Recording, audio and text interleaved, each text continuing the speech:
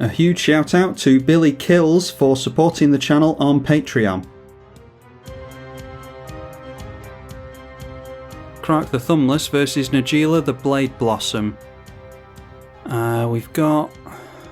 yeah, our commander's only 2 mana. We can protect it with Lightning Greaves. We just have to hope that our opponent doesn't get into any Moxes or anything, which they're probably going to. We've got Lightning Bolt to protect against a turn 1 Najeela at least. Alright, passing through to the second main. Yeah, I'm glad I didn't F6 there because I think they were accidentally F6 themselves. So going through to the second main for a land drop. And throwing down a Llanowar Elf, so we'll just have to see if they've got a red land available to them.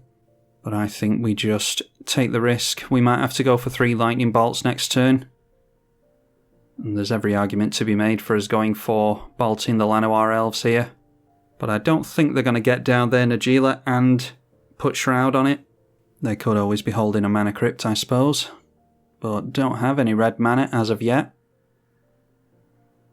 Going for Wild Growth, so I don't think it's a particularly spiky build because we're not seeing Moxes and stuff like that. They seem to be relying on green to fix their colours. Might be a more fair version of Najeela. And then a Rhystic Study, which we're never going to do anything about in a mono red deck. So how's about we just go Lightning Greaves to protect our commander. We'll pay into the Rhystic Study and then equip up our commander, and we'll just continue to keep our fingers crossed that they can't get into any red mana for their commander. Well, there's a Spire of Industry. I think that relies on artifacts though. Yeah, they have to have an artifact in order to make red mana with that. Making every colour except red, unfortunately for them. Orzhov's Signet. But that does switch on the Spire of Industry so they can afford their commander here. Playing out Talisman of Unity. They can still get their commander. But instead going for Bontu's Last Reckoning. They skip their next untap step. That seems like a strange play to me. But we'll go for putting our commander back into the command zone. They're down to 1 card in hand. And we get into another mountain, so we'll just have to give them a card. And go for Krark again here. And put the Greaves on there, we'll whack them for 2 again. Doubt they're going to be playing much of anything on their next turn. Now I'm just thinking, do we need to be careful of whose turn we play Lightning Bolt in? I'm not sure how it'll work on the stack. I think it might be reliant on whose turn we play it in. If we go Lightning Bolt on our turn, are we going to get the Krark to go on the stack first and then Rhystic Study on top of that? It just might be relevant because it might dictate whether or not we pay for Rhystic Study. If the card gets bounced back to our hand, we might not want to pay for it. Yeah, I'll have to look into that, or maybe find out during this game. Anyway, they get out a tap land with still 2 cards in hand. And it's another land for us. So maybe we try Volcanic Offering. Do we do it during our opponent's turn though? We'll swing in at them for 1 anyway. Yeah, I think I'm just going to go Lightning Bolt this time. And we'll hold up 1 mana for the Volcanic Offering and the tax paid next turn. Because you've got to pay your taxes. They're consistently making lands themselves. So... yeah, blowing up the Spire of Industry isn't necessarily going to do anything for them if they get into a red land here. Or do anything for us even. The aim was to go Volcanic Offering and blow this up. Najeela, the Blade Blossom coming into play. Now then, let's test this theory. We'll go for the Lightning Bolt onto her. Alright, yeah, and with it being during our opponent's turn, the Rhystic Study resolves last. I think it would be the other way around if it was during our turn, so that might be relevant here. Let's see if we win this flip. We lose the flip. So I think we pay for study this time, and then we'll go for the bolt again. And we win this time, so we'll pay for the Rhystic Study again because we know we're going to have surplus mana. If I'd lost there, then I wouldn't have paid for the Rhystic Study just to give us more chance of getting a bolt going. We'll target our opponent with the other one. Just have to hope that they don't have any protection or counter magic here. And there we are, getting rid of the Najeela, so that puts them a turn behind. It also maybe tells us a bit of something about what they've got in their hand. No swan songs or anything. We'll continue to shock them with Krark. And maybe we try Volcanic Offering. And there's an argument to be made for Chandra's Incinerator here. I think I'm actually going to go for that. Maybe should have gone for it during the main phase. My intention was to hold up the Volcanic Offering, but I think I am going to get down Chandra's Incinerator, so we could have gotten more damage off on them there. Let's protect the Incinerator. We did give them a card with the Study there as well. And our opponent decides to scoop to that, so I'm thinking they just don't like their odds of getting through the Chandra's Incinerator with their 3-2 commander. Obviously a more casual Najeela deck. We were drawing into Goblin Engineer. Yeah, Lithoform Engine might have been good, but I think we would have just pecked away at our opponent over the next turn or two. Volcanic Offering obviously would have dealt 7 damage to them. Well, hopefully it would have done if it didn't get bounced back to our hand. If it didn't, it actually would have been 14, wouldn't it? So there's every chance that we could have beaten them next turn. Not a particularly thrilling game, so I think we should try another one. Krark the Thumbless up against Imoti, Celebrant of Bounty with a 1-lander. Yeah, I don't like that.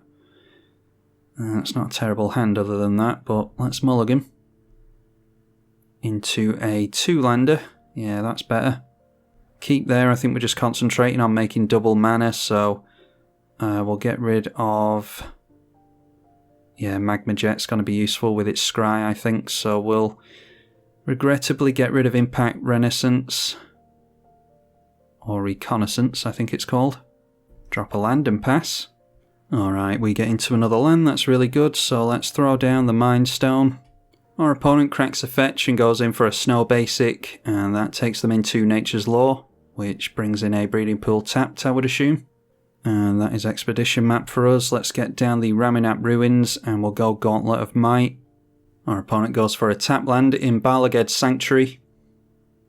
And then into Sakura Tribalkai, so I would think we're definitely seeing their commander next turn. Okay, it's a Soul Ring for us. No reason to not go for a Soul Ring off the Mind Stone. So why don't we just do that into Gauntlet of Power. And that gives us even more red mana. We just have to hope that there's no mass artifact wipe, but that's a problem that we would have had against green anyway, being a mono red deck. So we'll cast our commander. And almost empty our hand, we'll go Expedition Map. And that'll probably just go for a basic mountain next turn. Interestingly, Sakura Tribalkai is not being cracked, so I assume they've got a land to make this turn for their commander. And they do. It is a Bonder's Enclave. So that takes them into their Imoti with Cascade. And they Cascade into Fallow Earth. Put a target land on top of its owner's library. They get rid of the desert for us. Luckily we've got the Magma Jet, which I intend on doing during our upkeep. So we'll be able to scry that away. We can also shuffle it away with the Expedition Map, which might be worth doing as well. We get to look at more cards that way, don't we? So yeah, let's go Expedition Map. And we'll just get into a Snow Mountain. Then I'm not sure I'm as bothered about scrying now. Each of our lands taps for 3 mana, and I'd rather not waste any mana. Yeah, I think I'm just gonna do a top deck here. Alright, Lightning Bolt, I don't mind, so we'll play the Mountain. Go for Magma Jet onto the commander, which obviously triggers the Krark the Thumbless. And we win the flip, so we'll get another Magma Jet. Let's just force our opponent to sacrifice the Sakura Tribalkai. We'll get 2 shocks and 2 scry 2s here. Unless sacrificing the Sakura Tribalkai counters the copy, I'm not sure. We might only get 1 scry 2 here. Not all that worried about it, to be honest. Yeah, the first one got countered from the Sakura Tribe Elder being sacrificed. I would still do that because it opens us up to getting 4 commander damage on them. Commander damage might be relevant this game because we've got a buff on our Krark. Pyroclasm will bottom the mountain. Pyroclasm kills off our commander as well, so we'll bottom that also. And then let's crack the Mind Stone. And we'll draw a card with that floating mana. That takes us into Fiery Emancipation. That is just any source, so we might as well deal triple damage to our opponent here. That's a hell of a top deck. And this is where the buffs on Krark are going to be relevant. 2 direct hits like this is going to take out our opponent, because we'll deal 12 commander damage to them here. The Lightning Bolt will deal 9 damage to them as well, and if we get 2 of those, that'll obviously be 18, so if we can keep the Fiery Emancipation and our commander in play, then we should be able to point 2 Lightning Bolts at them for the win. It's noteworthy actually that they've, I was going to say, they've left their commander in the bin, but they went for Noxious Revival, and they paid the life for that, so they'll draw into their commander here, so no prizes for guessing what their aim is. If they just want to cast their commander, it's fine with me. We just have to hope that they don't cascade into some kind of enchantment removal. Into the north, searches for a snowland and puts it into play. And their commander costs 5, so they can't go for that now, but they do go for a turnabout, so I assume that they've got combos in this deck. That puts them on 7 mana. And they go for Gone Missing, put a permanent on top of its owner's library. We're F6'd, so I think I would have put it back into the command zone anyway, just so that we get to draw a card here. It's not like we've got mana issues at the moment. Okay, and there is a Valakut. We're nowhere near Valakut at the moment. Let's throw down Krark, and then go for Lightning Bolt onto our opponent. And we lose the flip. Our opponent's got another chance to survive here, but it's not very likely. Each of our lands taps for 3 mana, so we've probably got this one.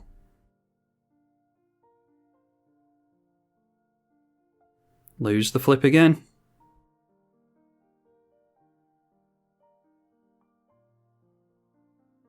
And for a 3rd time in a row, you never know, our opponent might be really lucky here. There we go, finally win the flip, so we'll deal the damage to the same targets, and our opponent will get hit for 9 twice. And there we go, off of the top deck of a Fiery Emancipation, although all the other cards that we started the game with really helped us there. Don't think we would have done any of that without the triple mana off of the Gauntlets. Hopefully you all enjoyed that one. I think that was a really cool game with Krark the Thumbless. Be sure to leave it a thumbs up and subscribe if you enjoyed it. I'm tribalkai on the EDH channel. Thank you for watching.